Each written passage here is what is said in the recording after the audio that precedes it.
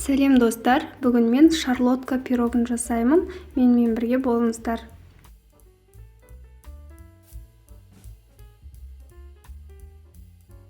Ол үшін 2 жұмыртқаға қант салып араластырамыз.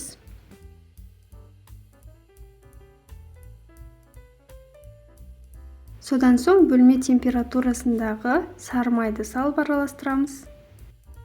Сүт қосамыз. Онымен қопсытқышты қосамыз.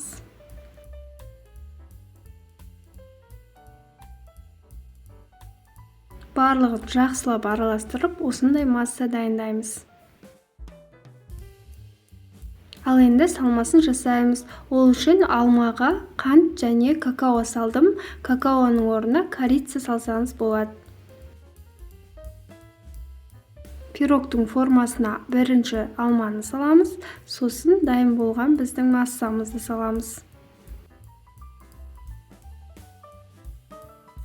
Достар, алманың сыртын ашып қолдануға кеңес беремін, сол кезде өте дәмді болып шығады.